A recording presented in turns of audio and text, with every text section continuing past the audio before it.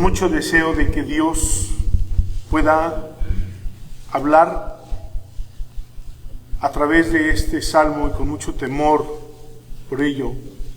Esta mañana hablaremos del Salmo 51, el Salmo penitencial de David. Ten piedad de mí, oh Dios, conforme a tu misericordia. Conforme a la multitud de tus piedades, borra mis rebeliones. Lávame más y más de mi maldad y límpiame de mi pecado. Porque yo reconozco mis rebeliones y mi pecado está siempre delante de mí. Contra ti solo he pecado y he hecho lo malo delante de tus ojos, para que seas reconocido justo en tu palabra y tenido por puro en tu juicio. He aquí en maldad he sido formado, y en pecado me concibió mi madre. He aquí tú amas la verdad en lo íntimo, y en lo secreto me has hecho comprender sabiduría. Purifícame con hisopo, y seré limpio. Lávame y seré más blanco que la nieve. Hazme oír gozo y alegría, y se recrearán los huesos que has abatido. Esconde tu rostro de mis pecados y borra todas mis maldades. Crea en mí, oh Dios, un corazón limpio y renueva un espíritu recto dentro de mí. No me eches de delante de ti y no quites de mí tu Santo Espíritu.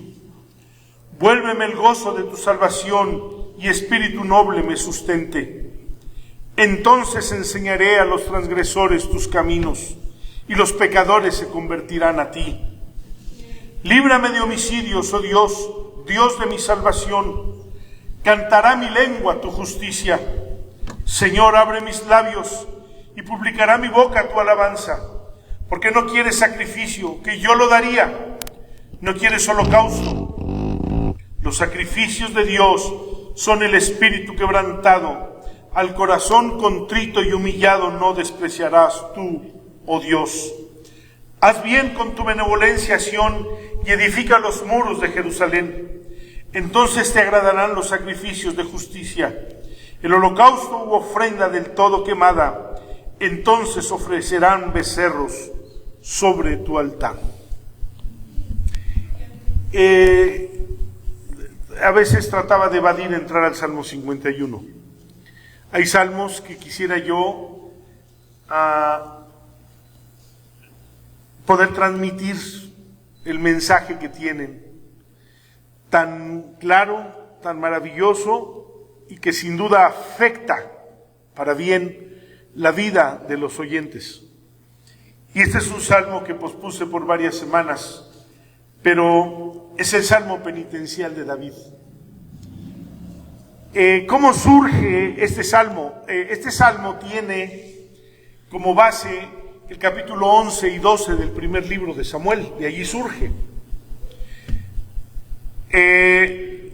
Tiene doctrinas que en su momento sería muy interesante predicar domingo a domingo de las doctrinas del Salmo 51, que tienen que ver con la salvación, el pecado, la restauración, y que sería muy difícil desarrollarlas a través de una predicación. Pero es un salmo maravilloso porque nace de donde deben de nacer todas nuestras expresiones hacia Dios, de nuestra experiencia con Él. David era un hombre justo. Se revela a través de los salmos la limpieza de su corazón y la expresión con la cual él amaba a Dios. No solo eso, sino que en el primer libro de Samuel, en el capítulo 16, los siervos de David tenían referencia del hijo de Isaí. ¿De quién era él? Que era un hombre justo, recto, sabio, entendido. Era un joven. Era un jovencito realmente. Y apenas llegaría a la juventud ligeramente después de su adolescencia. 16, 17 años. Era el pastor de ovejas de la casa de Isaí. Sus hermanos eran hombres de batalla, de guerra, fuertes, altos, bien parecidos. Y David había aprendido en el campo a pasar las horas en la soledad, donde debemos de conservar con mucha frecuencia nuestra conciencia y nuestra relación con Dios. Había aprendido a tener cuidado de sus pensamientos en la soledad de su oficio pastoril, cosa que a veces no entendemos. A veces pienso en esto cuando estoy con amigos o con algunas personas. Lo que debo de cuidar son mis palabras, pero cuando estoy solo lo que debo de cuidar son mis pensamientos. Y David depositaba sus pensamientos en la presencia de Dios. No estoy exaltándolo o estoy diciendo algo que la Biblia no refleje de David. Era una realidad que los pensamientos de David estaban en Dios continuamente, porque muchos de los salmos que escribió los escribió antes de llegar al trono y antes de que Samuel lo ungiera como rey, y muchos otros los escribió tomando como experiencia ese tiempo de su vida. De tal manera que cuando Saúl busca a alguien que venga a tocar para él, para que el espíritu maligno que lo atormentaba se fuera, alguien le dice: yo conozco un hijo de Isaí, y le dice cosas maravillosas del hijo de Isaí. Es decir, él tenía un testimonio. Sin embargo, vienen los momentos difíciles de la vida, los momentos donde no cuidamos de nuestros deberes, no cuidamos de las cosas que tenemos que hacer, y somos ociosos, licenciosos, y caemos en la negligencia, y nos damos permiso de no hacer lo que debemos hacer. Y cuando nosotros entramos en el ocio para no cumplir nuestros deberes, el pecado acecha inmediatamente. El pecado está a la puerta. El pecado está a la puerta. Dios se lo dijo a Caín. El pecado está a la puerta. Tienes el pecado a flor de piel. Y el pecado puede llevarte a lugares que tú no vas a querer ir, pero te va a llevar.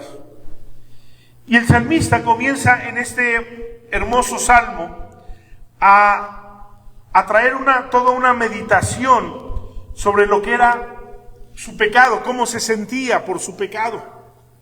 Apenas Natán había ido a ver a David, porque Dios mandó a Natán como una voz de Dios, así como el Espíritu Santo a nosotros nos convence de pecado. Dios había enviado a Natán porque David no quería entender, y él persistía en su pecado y defendía su pecado y cubría su pecado.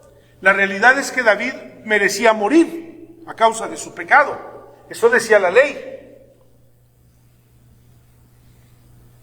Pero él protegía con su enojo, con su ira, para que nadie se le acercara, para que le temieran y nadie se atreviera a juzgarlo.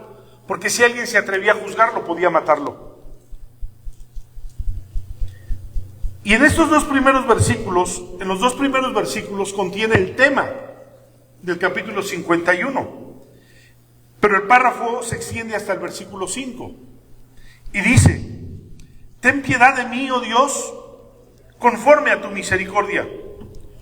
Conforme a la multitud de tus misericordias o de tus piedades, borra mis rebeliones. Lávame más y más de mi maldad y límpiame de mi pecado, porque yo reconozco mis rebeliones y mi pecado está siempre delante de mí. Contra ti solo he pecado y he hecho lo malo delante de tus ojos, para que seas reconocido justo en tu palabra y tenido por puro en tu juicio. He aquí, en maldad he sido formado y en pecado me concibió mi madre. Ten piedad de mí. Acudía David a Dios como muchas veces sin duda había acudido. La piedad tiene una figura muy hermosa. Es una persona superior que se inclina para favorecer a alguien sumamente inferior. Y David le está diciendo: inclínate a mí, ten piedad de mí. Y le dice: conforme a la multitud de tus piedades, porque yo tengo una multitud de pecados. La Biblia dice, cuando abundó el pecado, sobreabundó la gracia. David apela a la multitud de las misericordias, de las piedades de Dios, entendiendo la multitud de sus pecados y que continuamente, con toda seguridad, David había recurrido a la misericordia y a la piedad de Dios para alcanzar el perdón. Estaba David quebrantado y entonces le dice, yo reconozco, dice, borra mis rebeliones, lávame de mi maldad, límpiame de mi pecado. Contra ti he pecado, he hecho lo malo delante de tus ojos. Este proceso tan interesante de la confesión de pecados, que no es decirle a Dios livianamente, Dios, y perdona todos mis pecados. No. Dios nos lleva a la responsabilidad y a la confrontación en cada uno de nuestros pecados. Y cuando confesamos a Dios nuestros pecados, específicamente confesamos lo que hemos pecado a Dios. Y ese proceso es tan interesante para entrar a la restauración. De otra manera, no tenemos restauración. Pero por otro lado, es un acto de fe. Dios no vendrá a decirnos a nuestra confesión al oído, está bien, ya te perdoné. No, es un acto, es un proceso de fe que implica la responsabilidad de mis actos. No puedo confesar si no me hago responsable de mis actos. En la confesión no puedo culpar a nadie. David no podía decir, es que Betsabé se estaba bañando, estaba desnuda, y entonces pues yo soy débil. Ese cuento que muchos hombres tienen, ¿no? He oído incluso a mujeres decir esta estupidez. ¿A quién le dan pan que llore? Esa estupidez la he oído hasta de mujeres, hablando de hombres, para culpar a mujeres y justificar a los hombres. Es una estupidez. No podemos confesar a Dios si no nos hacemos responsables de nuestros actos. Y David asumía aquí, en ese párrafo, la responsabilidad de sus actos, y solamente bajo la responsabilidad de sus actos, es decir, yo he pecado contra ti, he hecho lo malo delante de tus ojos, entonces podía confesarle a él realmente qué había hecho, qué había cometido. Y entonces toma como parte de su confesión, y no una justificación, sino entender por qué recurrentemente iba a las misericordias y a las piedades de Dios, su naturaleza. He aquí en maldad he sido formado y en pecado me concibió mi madre. No es una justificación, es una alerta, es un entendimiento para que no sea sorprendido. Mire que ninguno caiga. Mire que ninguno caiga. Esté atento. Sepa que tiene una naturaleza capaz de producir el más grande de los pecados. Dentro de mí está el peor asesino. Dentro de mí el más grande adúltero. Dentro de mí el más grande mentiroso.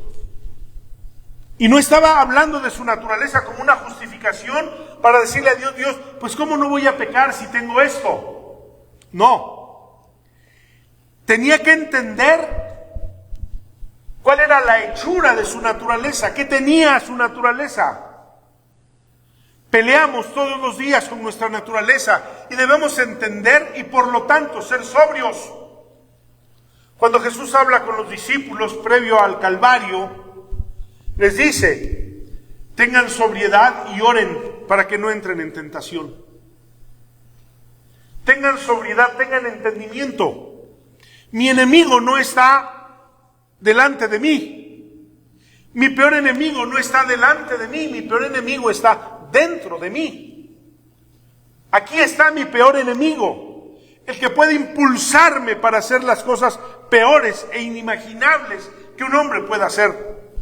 Y entonces me lleva a mi conciencia, a mi responsabilidad. Me lleva en la responsabilidad de mis actos a entender quién soy yo y quién es Dios, y a Dios lo distingue como recto, que sea reconocido como justo y puro, todo en sus juicios, en lo que Él hace, en lo que Él decide, en la manera como Él sanciona el pecado.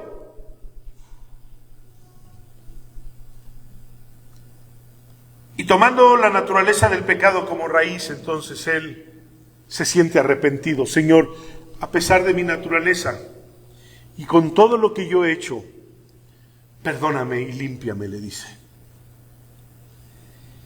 Así como dice Isaías 1:18, venid luego y estemos a cuentas. Si sus pecados fueren como la grana, como la nieve, serán emblanquecidos. Y si fueren rojos como el carmesí, vendrán a ser como la blanca lana. Estemos a cuentas, es decir, nuestra confesión es un acto de juicio por nuestros pecados. Dios siempre va a enjuiciar nuestros pecados, los va a llevar al juicio. La paga del pecado es la muerte. Y entonces en ese juicio donde entramos a la confesión de nuestros pecados, el juicio del Calvario es suficiente para que nosotros alcancemos misericordia. Pero no deja de decir, vengan y estemos a cuentas. No hagan olvidadizos sus pecados, porque hay dos maneras de tratar con el pecado. Como tratamos los seres humanos, disculpándonos, justificando, pretextando y disminuyendo importancia y culpando a otros. O el juicio que Dios hace por nuestros pecados, que Él es Dios santo, es recto en sus juicios. Y que siempre que tenemos pecado tenemos que ir a cuentas con Él y tenemos que confesarle nuestro pecado. Cuando David habla de la naturaleza humana, está llegando a la raíz de aquel momento en el que él había visto a Betsabé bañándose, pero la naturaleza humana antes había tejido el pecado. En el tiempo que los reyes salen a la guerra, David se quedó en el palacio, no fue a la guerra, no cumplió su deber. Todo acto de pecado comienza con un deber que debimos cumplir y no lo hicimos. Con las cosas que debemos hacer y no las hicimos. Y ahí entra nuestra naturaleza. Y nuestra naturaleza toma ocasión para lo que David jamás hubiese pensado hacer. Ahora vemos la perversidad en el corazón de David. Y por eso él viene delante de Dios entendiendo que todas las cosas que hizo le pertenecen a él y eran su responsabilidad. Y le dice, entiendo que la redención y la limpieza de pecado son el tema central de la Biblia, la redención y la limpieza del pecado. Él vino para quitar nuestro pecado. Vino a redimirnos del pecado, del poder del pecado. Pero hay tres palabras que usa paralelas el salmista respecto a la limpieza en el versículo 1 y 2. Por ejemplo, dice borra, la palabra maja. Se usa para borrar una deuda acumulada. Es decir, el pecado acumula una deuda delante de Dios. Y la redención tiene el alcance en la vida del creyente de borrar la deuda acumulada. Nunca más me acordaré de sus pecados. Y David recurre a esa palabra hebrea y le dice, borra, quita de mi expediente. Y luego le dice una palabra, cavas, lávame, que es lavar, como decimos, fregar, o como cuando estamos en el lavadero creando fricción con la ropa para tallar. Tállame, le dice, tállame, para que se quite todo el pecado. Es decir, David no estaba pensando en la siguiente vez que iba a pecar. David no estaba pensando en lo próximo que volvería a hacer. Estaba hablando específicamente de la necesidad de quitar de él completamente lo que había hecho. Y luego usa otra palabra más, que también es límpiame, que es rajatz, que significa enjuágame, que no quede ningún residuo. Y a esto, este es el proceso, porque el arrepentimiento suplica restauración. No quería David quedar con un expediente, aunque sabía que había cometido pecado, pero sabía que las misericordias y las piedades de Dios eran suficientes para tratar con su maldad y con los actos de pecado.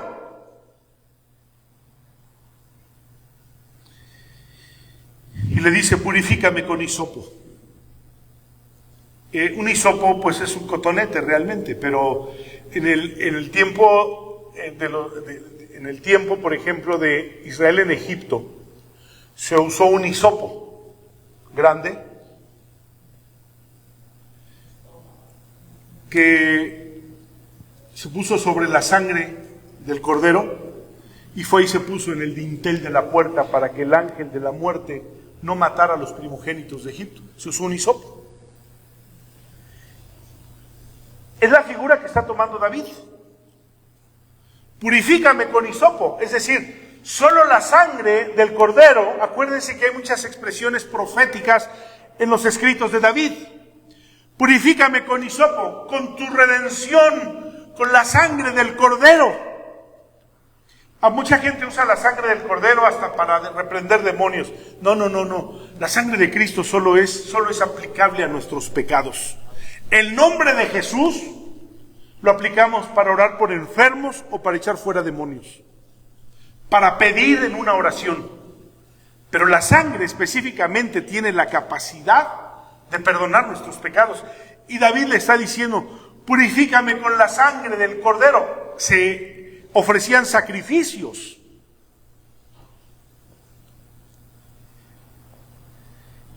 Y de esa manera, él no quiere ser restaurado justificando su proceder porque es humano, porque alguien lo provocó, porque fue débil. No, él justifica su proceder porque fue malo, porque asumió su responsabilidad, porque él hizo lo que no debió hacer. Y lo que necesita es el perdón de Dios y su misericordia.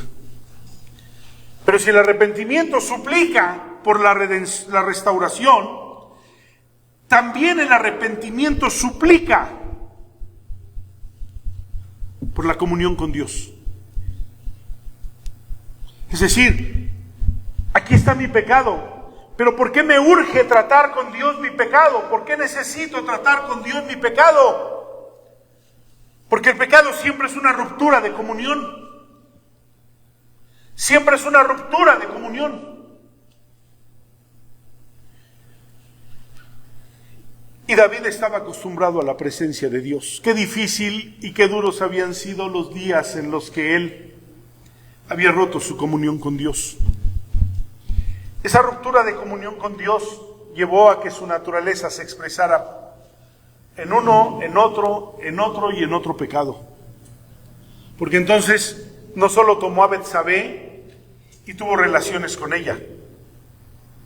Cuando supo que estaba embarazada, cuando el Espíritu de Dios no está aquí porque nuestro pecado ha impedido la expresión del Espíritu Santo en nuestra vida, entendamos lo siguiente: el Espíritu tiene dos expresiones en la vida de un creyente. Cuando el creyente tiene comunión con Dios, está limpio y persevera en su comunión con Dios, el Espíritu produce el fruto que él tiene anunciado en el capítulo 5 de Gálatas. Pero cuando el creyente ha pecado, el Espíritu ha dejado de producir el fruto para interceder a favor del creyente, para convencer al creyente de su camino, para señalarle lo errado de su camino. Y aquí había una ausencia de Dios. Y al pecado de la relación sexual con Betsabé le siguió el homicidio de Urías. Y en el homicidio de Urías involucró a Joab, involucró a Israel. Es decir, no hay forma de detenernos cuando no confesamos a Dios nuestro pecado. ¿Por qué nos sentimos mal? ¿Por qué perseveramos? ¿Por qué las cosas decimos? ¿Por qué nada me sale? Porque sigues perseverando en tu pecado, porque estás en tu pecado, porque no reconoces. ¿Y cuándo vendrá la luz de Dios a tu vida para entender que las cosas que estás haciendo no son buenas ni para ti ni para Dios? Cuando te detienes y haces una confesión a Dios y asumes la responsabilidad de todos tus pecados. Pero mientras eso no sucedía, porque tenía una ausencia de Dios, él perseveraba. Estaba tan impregnado de esto David, que cuando Dios envió a Natán a hablar con él, y Natán le refirió una historia, una parábola, y le dijo: un hombre tenía una corderita en su casa. Esa corderita dormía con ellos, comía con ellos. No estaba en un corral, vivía con ellos dentro de su casa, como si fuera de la familia. Un día llegó un invitado a un hombre rico.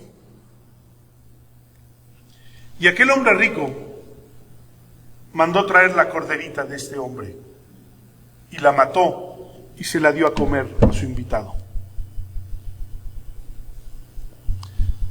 ¿Dónde estaba la misericordia en la vida de David?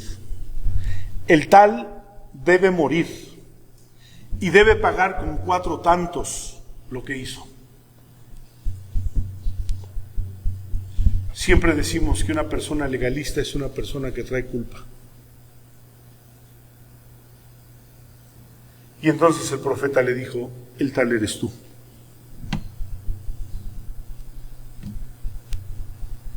Había sido prendido en su propio pecado. Pero era difícil que David lo entendiera. La palabra de sabiduría que vino sobre Natán para ser llevada a David, para que entendiera lo terrible que había sucedido en su vida a través de esta historia, pegó en el centro. Cuando el profeta le dijo: el tal eres tú. Dios te llamó del redil de las ovejas y te hizo rey sobre Israel. Te dio a las hijas de tu Señor, es decir, a la hija de Saúl, y te ha hecho rey, y te ha puesto y te ha hecho un nombre grande sobre la tierra. Y tú has hecho esto. Era una vergüenza. Hay un pasaje que he recordado estos días, lo cité el viernes, de Proverbios, que dice: así como una mosca hace heder o apestar el perfume del perfumista, así es una pequeña locura para el que es tenido por justo. David había sido un hombre justo, pero un momento de locura puede derrumbar todo. Y tendríamos que cargar el resto de nuestra vida con las consecuencias de ese momento de locura.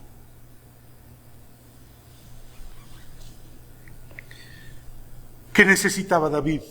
Arrepentirse para que volviera a su comunión con Dios. Nunca menospreciemos nuestra comunión con Dios. Qué maravilloso es poder despertarnos y decirle a Dios gracias, y saber que estamos con Él, y saber que Él está con nosotros, que vivimos en su presencia, y que todas las cosas que hacemos Él las ve, Él las mira, porque vivimos delante de Él. Pero qué terrible cuando la presencia de Dios no está ahí.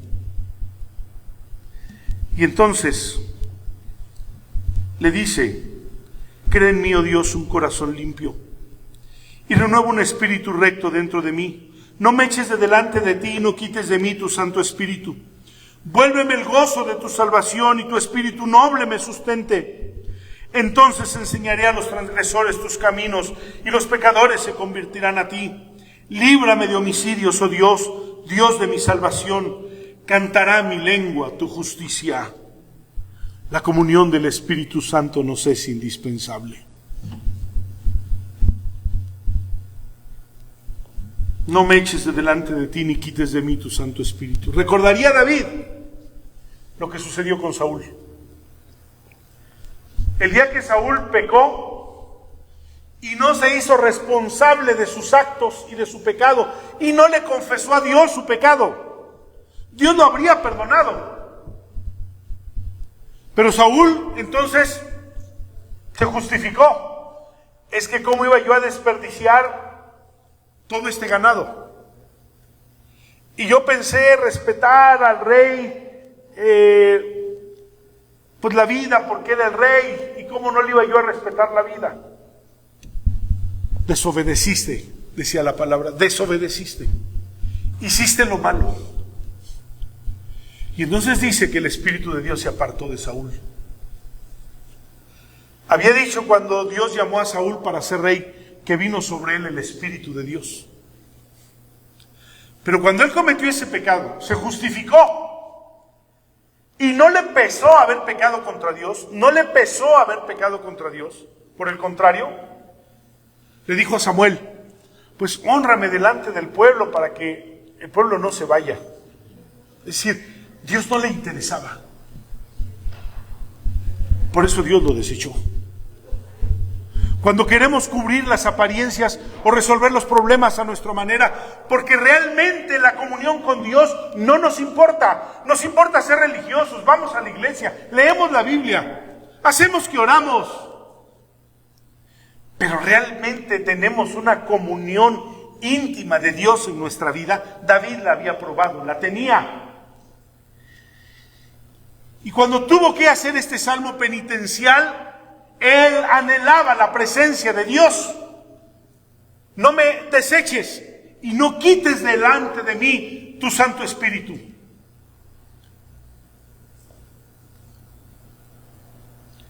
El Espíritu generoso nos provee su fruto y el gozo y nuestra alegría en la comunión con Dios. Sin eso, citaba hoy Benjamín el Salmo 32 al principio del primer culto, hablando acerca de: te confesé mi pecado y tú me perdonaste. Pero dice ahí en el Salmo 32, que veremos dentro de 8 días: mientras cayese, envejecieron mis huesos en mi gemir todo el día. Es decir, se acabó la vida. Quiero pensar en el apóstol Juan, cuando en el capítulo 1 de Primera de Juan, él dice: lo que han visto nuestros ojos, lo que hemos oído, lo que palparon nuestras manos tocante al verbo de vida, porque la vida se nos apareció y la vimos.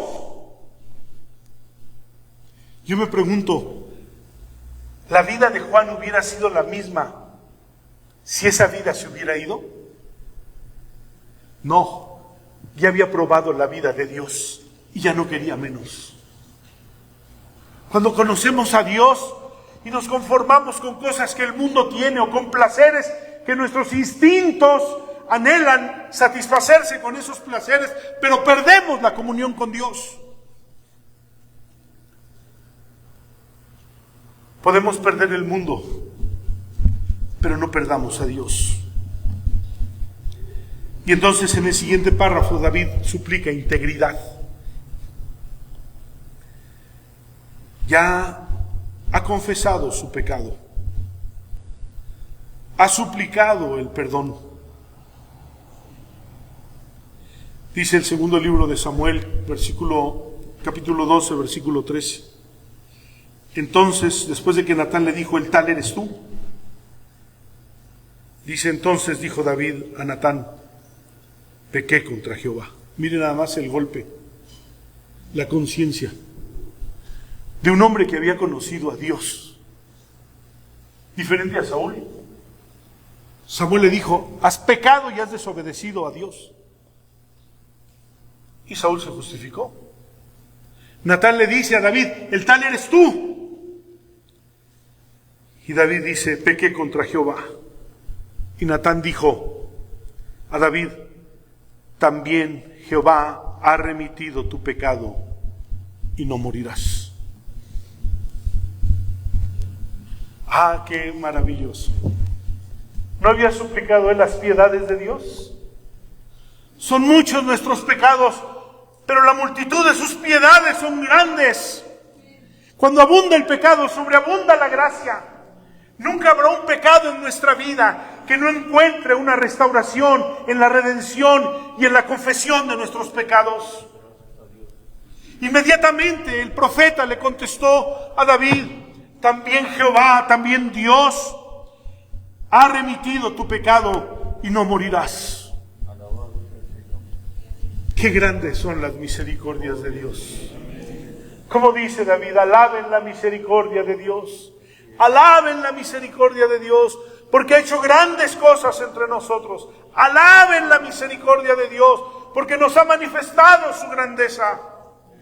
No habrá más grande misericordia de Dios, y si esa fuera la única misericordia de Dios, y viviéramos por esa misericordia, no pediríamos otra, que Él perdone nuestros pecados.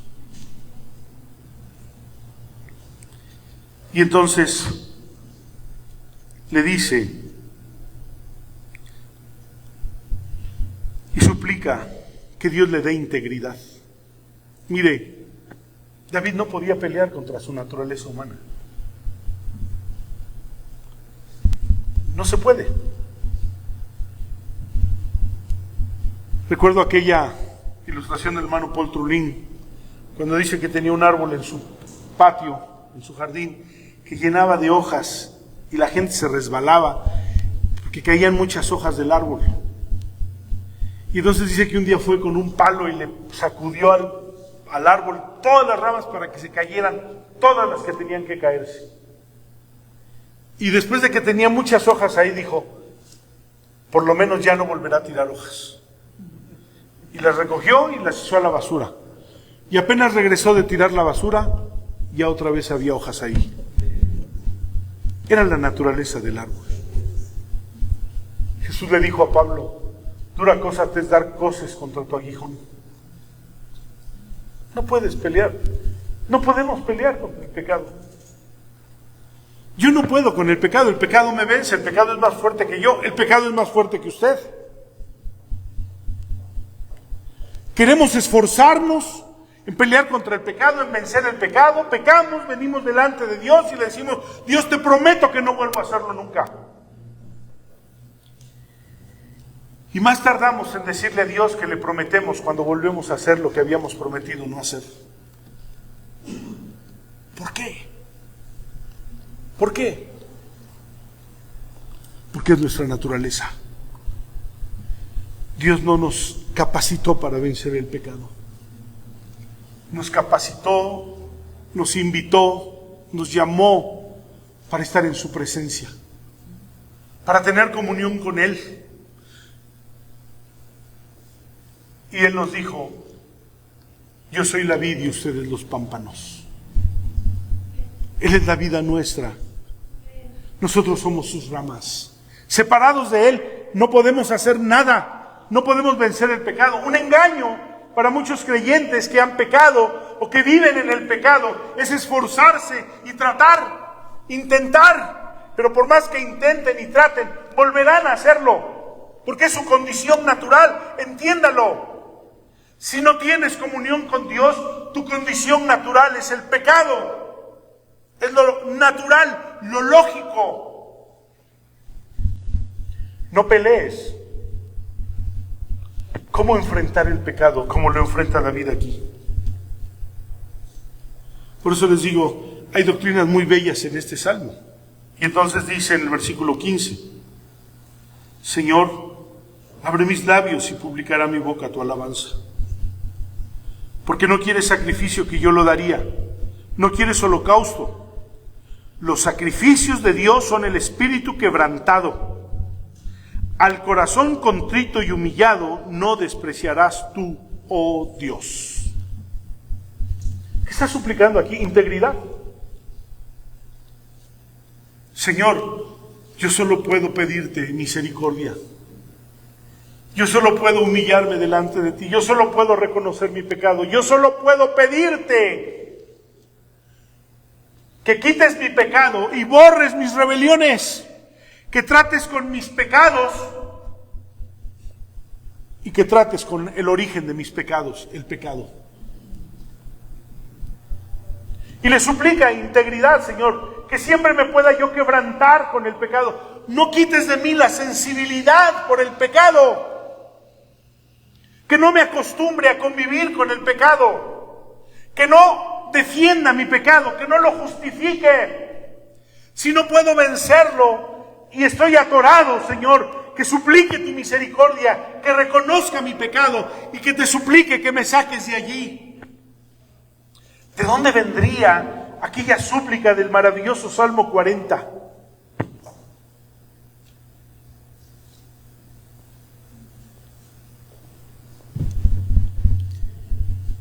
El pozo de la desesperación. El lodo cenagoso. Pero dice, se inclinó a mí. Pacientemente esperé a Jehová y se inclinó a mí. Y oyó mi clamor. Y me sacó del pozo de la desesperación, del lodo cenagoso. Y puso mis pies sobre peña. Y un cántico nuevo en mi boca. Yo no puedo con el pecado, tú no puedes con el pecado. David no pudo con el pecado, nadie puede con el pecado. El pecado es más fuerte que nosotros. Pero he aquí el Cordero de Dios que quita el pecado del mundo. Dios ungió a Jesucristo y trajo su Santo Espíritu para cambiar nuestra vida, para pelear con nuestra naturaleza, para regenerar nuestra vida, para romper nuestros lazos, para ponernos en libertad. Cuando yo me humillo delante de Él, y como dice aquí, al corazón contrito y humillado, al espíritu quebrantado, no despreciarás tú, oh Dios. Pedir integridad a Dios. Yo no puedo, Señor, pero tú puedes. Pero tú puedes. Tú puedes librarme, tú puedes sacarme. Tú puedes romper mis prisiones. Tú puedes romper mis cadenas. Tú puedes romper el lazo del cazador. Puedes sacar mis pies del resbaladero. Puedes librar mis pies de la red.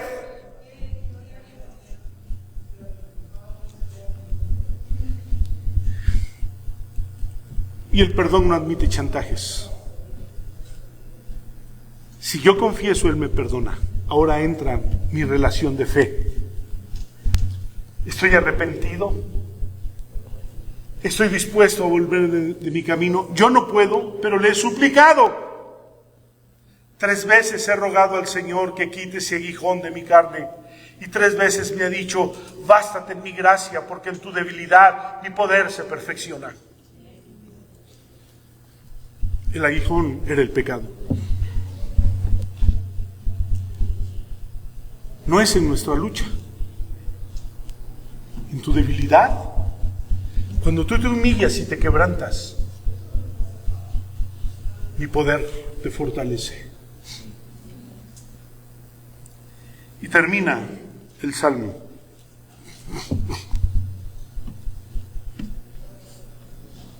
Suplicando la bondad de Dios.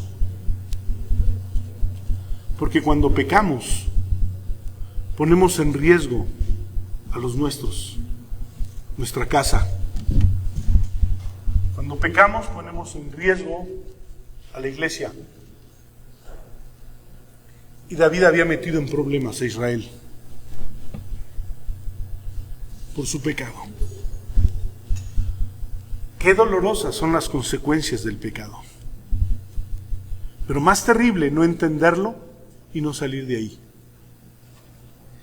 Y entonces dice el versículo 18 y 19: haz bien con tu benevolencia, Sión, y edifica los muros de Jerusalén.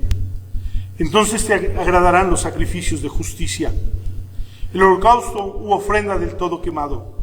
Entonces ofrecerán becerros sobre tu altar. Haz bien con tu benevolencia a Sión. Edifica los muros que han sido derribados.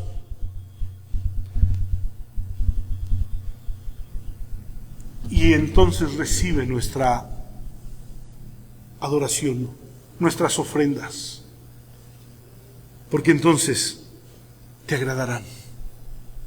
No termina solamente resolviendo de una manera mezquina su pecado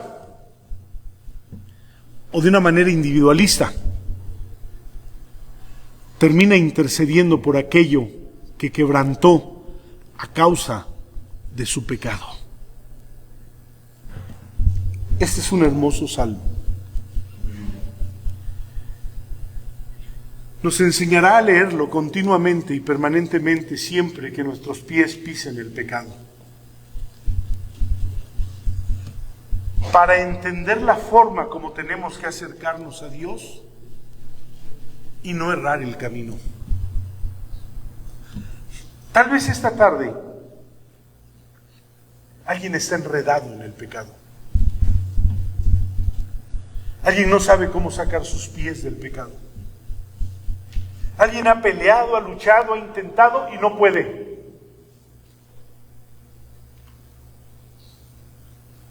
Pero deja de hacer esfuerzos porque te vas a frustrar. Te vas a alejar de Dios porque te vas a sentir frustrado con Dios.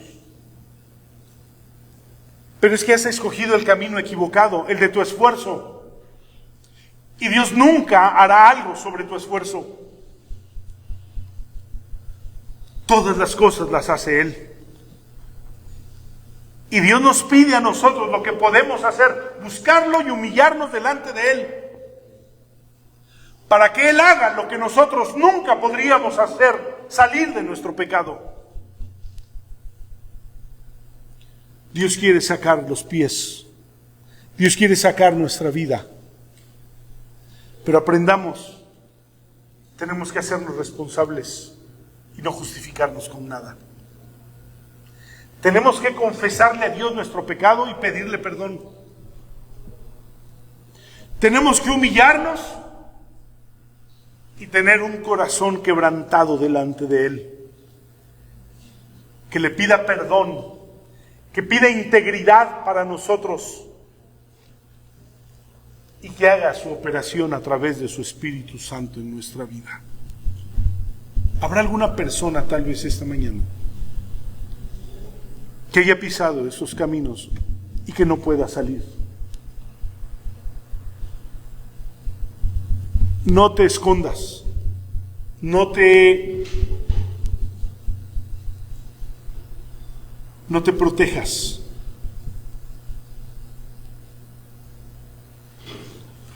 No eres peor que nosotros, no eres peor que yo, no eres peor que nadie. Compartimos la misma naturaleza. Pero tal vez el pecado ha tomado ventaja en tu vida. Y esta mañana el Espíritu de Dios quiere tocar nuestra vida para entender cómo suplicar la misericordia de Dios y ser restaurados. Cierra tus ojos. Cierra tus ojos.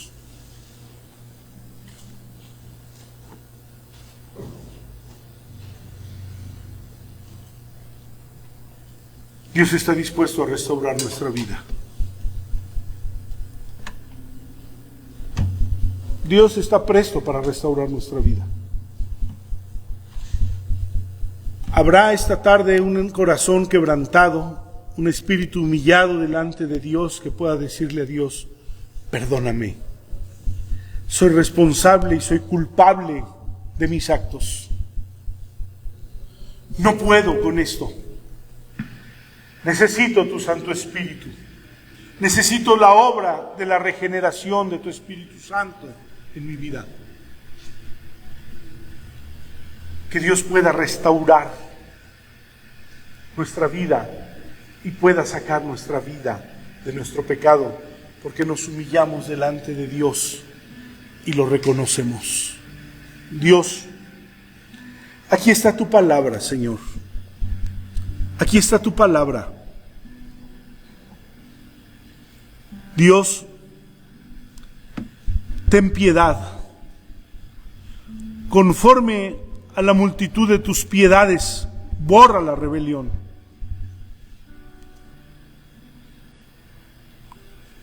y haz bien, Señor, a tu pueblo. En el nombre de Cristo Jesús. Amén. Amén.